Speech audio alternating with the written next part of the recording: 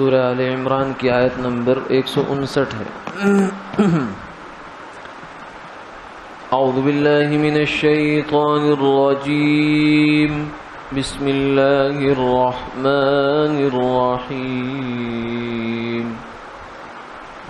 فبما رحمة من الله لنت لهم ولو كنت فظا غليظ القلب لانفضوا من حولك فاعف عنهم واستغفر لهم وشاورهم في الأمر فإذا عزمت فتوكل على الله إن الله يحب المتوكلين۔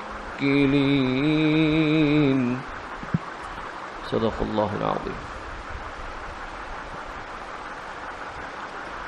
اور اللہ کی رحمت ہی کے سبب آپ ان کے لیے نرم ہوئے ہیں، اور اگر آپ سخت مزاج اور سخت دل والے ہوتے تو یہ لوگ آپ کے پاس سے چھٹ جاتے۔ آپ انہیں معاف کرتے رہیے اور ان کے لیے دعائے مغفرت کرتے رہیے اور ان سے امور میں مشورہ کرتے رہیے۔ جب آپ کی رائے پختہ ہو جائے تو اللہ پر توکل کیجئے، بے شک اللہ توکل کرنے والوں کو پسند فرماتے ہیں۔ اس آیت مبارکہ کا اگرچہ ربط جو ہے وہ تو احد کے واقعات کے ساتھ ہے کہ احد کے واقعات میں جو تنگی تکلیف مصیبت اور پریشانی آئی تھی اور اس میں صحابہ سے وقتی طور پر جو ایک انتشار کی کیفیت پیدا ہو گئی تو آپ صلی اللہ علیہ وسلم کو دکھ اٹھانا پڑا، دندان مبارک شہید ہوئے، اور اپنی ذات میں بھی اور اپنے متعلقین میں بھی۔ تو اس کا تقاضا تو یہ تھا کہ اگر کوئی عام انسان ہوتا، ہم جیسا کوئی ہوتا، تو وہ بعد میں اپنے جو ساتھی ہیں ان کی خوب خبر لیتا کہ یہ تم نے کیا کیا، اینڈ ٹائم پہ تم نے یہ کیا یہ کیا یہ کیا۔ لیکن قربان جائیں آپ صلی اللہ علیہ وسلم کے اخلاق کریمانہ پر کہ آپ نے ایک دفعہ بھی کسی سے یہ نہیں کہا کہ یہ کیا کیا تم نے، یعنی اپنے جذبات کا اور اپنے انتقام کے لیے وہاں دور دور تک کوئی جگہ نہیں تھی۔ اللہ کے لیے اگر کسی سے آپ نے معاملہ کیا، کسی کو ڈانٹ ڈپٹ کی تو ایک الگ بات ہے، اپنی ذات کے لیے آپ صلی اللہ علیہ وسلم نے کبھی کسی سے اف تک نہیں کی۔ حضرت انس بن مالک رضی اللہ تعالیٰ عنہ فرماتے ہیں کہ میں نے حضور کی 10 سال خدمت کی ہے، 10 سال، لیکن اور میں بچہ تھا، لیکن کبھی آپ نے یہ نہیں فرمایا لما فعلت کذا وہلا فعلت کذا، اے انس یہ کیا کیا، یہ کیوں کیا، کیوں تک نہیں فرمایا۔ اس قدر آپ کے اخلاق ہیں۔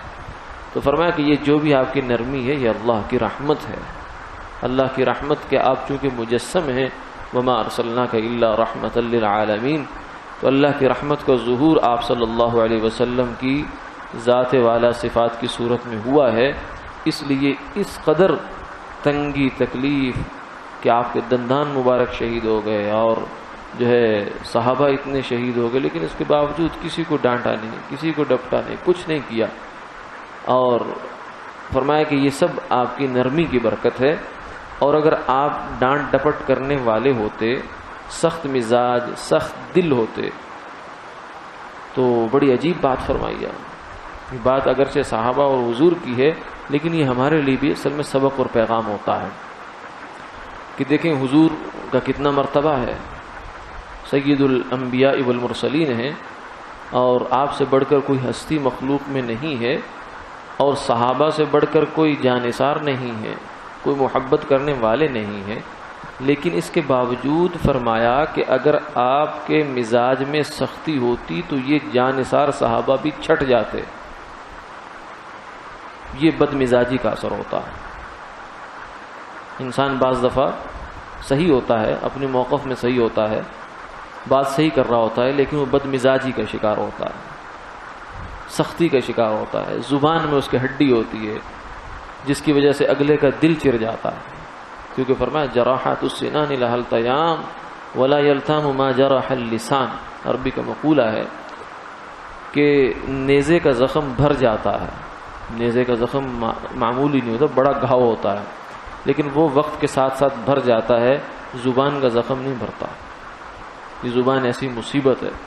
اسی لیے ابو بکر اس کو پکڑ کر کہا کرتے تھے کہ تیری وجہ سے لوگ جہنم میں جائیں گے. اپنی زبان کو پکڑ کے کہا کرتے تھے. تو جس شخص کی زبان قابو میں نہیں ہے، تھوڑی سی کسی سے غلطی ہو گئی اور بس اس کا جو ہے اس کے اوپر پورا جو ہے بوچھاڑ کر دی، جو ہے گالیوں کی اور بد زبانی کی اور ڈانٹ کی، تو یہ بد مزاجی ہے. آپ صلی اللہ علیہ وسلم نے فرمایا ان اللہ یحب الرفق، اللہ نرم مزاجی کو پسند کرتے ہیں اپنے معاملات میں. ہاں دین کا جہاں معاملہ ہو وہاں پھر غیرت کا دکھانا، حمیت کا دکھانا، وہ بھی عین ایمان ہوتا ہے، وہ بھی صحابہ سے اور حضور سے ہمیں ملتا ہے اس کا تذکرہ. لیکن جہاں تک اپنی ذات کا تعلق ہے تو اس کے لیے معافی، اس کے لیے نرمی. اور اسی طریقے سے متعلقین میں بعض دفعہ تربیت کے پیش نظر تھوڑی سی سختی کی ضرورت ہوتی ہے، لیکن وہ بھی آدمی آپے سے باہر نہ ہو جائے، اپنے آپ کو کنٹرول میں رکھ کر. اسی کو حکیم الامت حضرت مولانا اشرف علی تھانوی رحمہ اللہ فرماتے ہیں کہ میرا مزاج یہ ہے کہ میں جب کسی پر غصہ ہو تو عین غصے کے وقت میں تنبیہ نہیں کرتا، پی جاتا ہوں.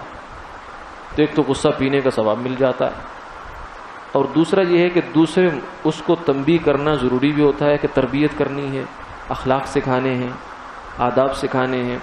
تو دوسرے کسی وقت میں جب طبیعت نارمل ہو جاتی ہے، مزاج نارمل ہو جاتا ہے، تو مصنوعی غصہ بنا کر تنبیہ کر لیتا ہوں. تو اس سے فائدہ یہ ہوتا ہے کہ حدود سے تجاوز نہیں ہوتا، ورنہ یہ غصہ جو ہے بڑی بری چیز ہے.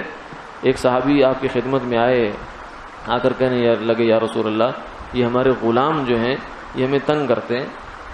اس زمانے میں غلام ہی ہوتے تھے عام طور سے، یہ ملازم کا اس طرح کا تصویر صورت نہیں تھی، اور ہم پھر ان کو ڈانٹ ڈپٹ بھی کر دیتے ہیں، جو ہے تھپڑ بھی مار دیتے ہیں، مار دھاڑ بھی کر لیتے ہیں. تو یہ کیا بنے گا؟ آپ نے فرمایا سیدھی سی بات ہے، کیا بنے گا؟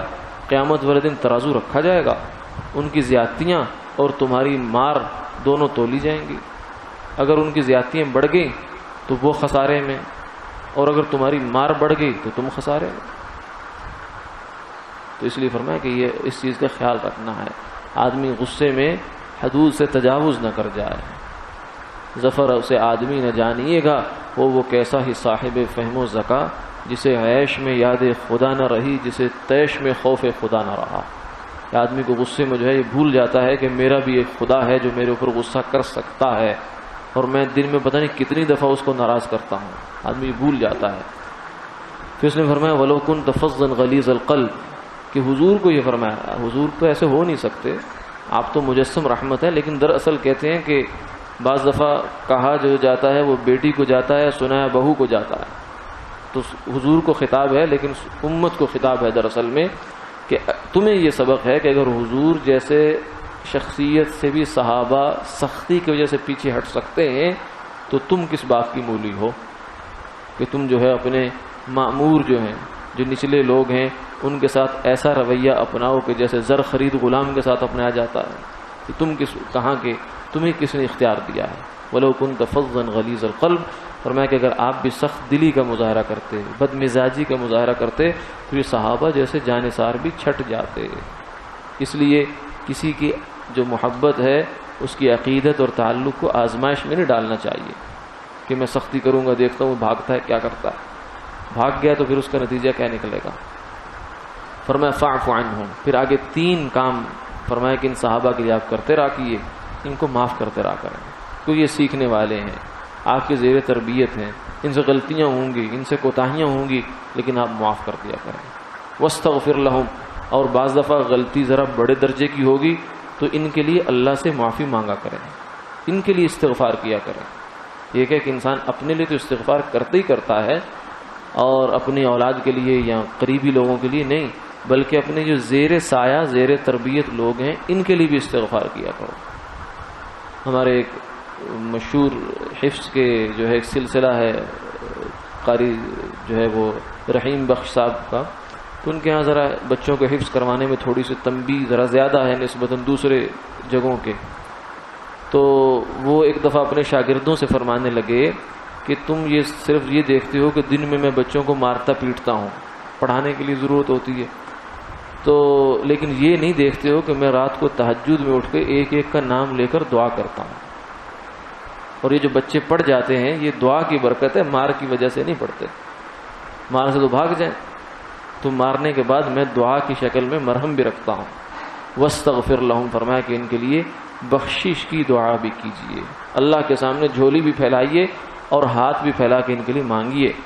تو اپنے زیر سایہ، زیر تربیت اولاد ہو، ملازمین ہوں، یا کسی شیخ کے مریدین ہوں، یا کسی استاد کے شاگرد ہوں، یہ سب کے لیے یہ سبق ہے کہ اپنے بچوں کے لیے، اپنے زیر تربیت افراد کے لیے یہ رویہ ہونا چاہیے۔ وَشَاوِرْهُمْ فِي الْأَمْرِ، تیسرا حکم یہ ہے کہ ان سے جو معاملہ کوئی بھی آ جائے اس میں مشورہ کر لیا کریں۔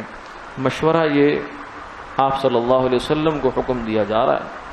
سوچنے کی بات اس میں یہ ہے کہ جو عقل کل ہیں، شاہ عبد العزیز صاحب رحمہ اللہ تعالیٰ نے لکھا ہے تفسیر عزیزی میں کہ اللہ رب العزت نے عقل کے جتنی بھی فہم دانش لوگوں میں سمجھداری ہے اس کے 100 حصے بنائے، اس میں سے 99 حصے اپنے محبوب صلی اللہ علیہ وسلم کو عطا فرما دیے، اور ایک حصہ پوری مخلوقات کو دے دیا ہے۔ اسی میں سائنسدان بھی ہیں، اسی میں انجینئر بھی ہیں، اسی میں بڑے بڑے دانشور بھی ہیں، اسی میں بڑے بڑے ادیب خطیب بھی ہیں، علامے فہامے بھی ہیں، وہ سب ایک حصے پہ چل رہے ہیں، باقی 99 حصے جو ہیں اللہ نے اپنے محبوب صلی اللہ علیہ وسلم کو دے دیے۔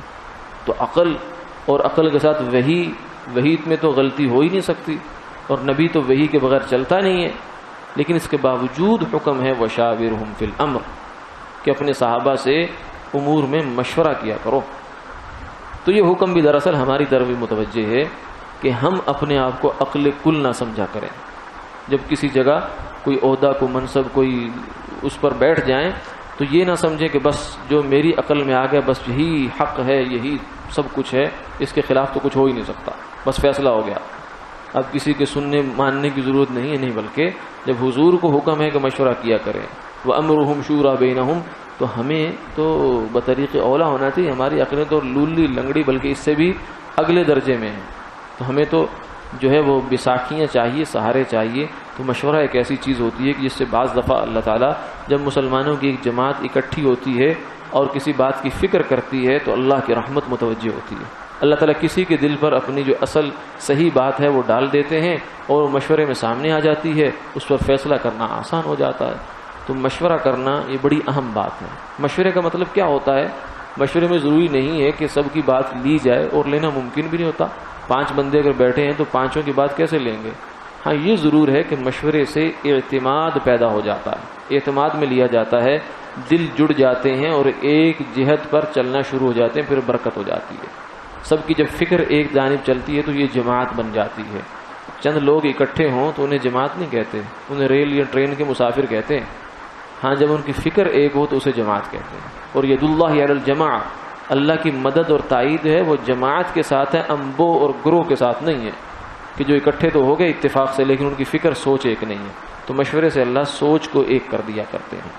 تو اس لیے اپنے نجی امور میں بھی اس کو داخل کرنا چاہیے، گھر کے امور میں بھی اہلیہ کے ساتھ، یا اور بھی جو آپ کی اگر اولاد اس قابل ہو گئی ہے کہ اب وہ کچھ سمجھدار ہے تو ان کے ساتھ مشورہ کر کے جو اہم فیصلے ہیں وہ سر انجام دینے چاہیے۔ اور اسی طریقے سے اپنے ملازمین ہیں ان کے ساتھ، اپنے متعلقین ہیں ان کے ساتھ۔ حکیم علمت تھانوی رحمہ اللہ فرمانے لگے کہ اگر تو آدمی کے بڑے زندہ ہوں تو ان سے مشورہ کرے، ان کے سامنے رائے رکھے، وہ فیصلہ کر دے، اور اگر کوئی وقت ایسا آ جائے کہ بڑے سارے چلے گئے تو چھوٹوں سے مشورہ کر لیا کرو، اس لیے کہ اللہ صحیح بات تو اللہ کی امانت ہے، اللہ کی عطا ہے، وہ کسی کے دل پر بھی ڈال سکتے ہیں، ضروری تو نہیں کہ بڑے کے دل پر یا چھوٹے کے دل پر بھی آ سکتی ہے۔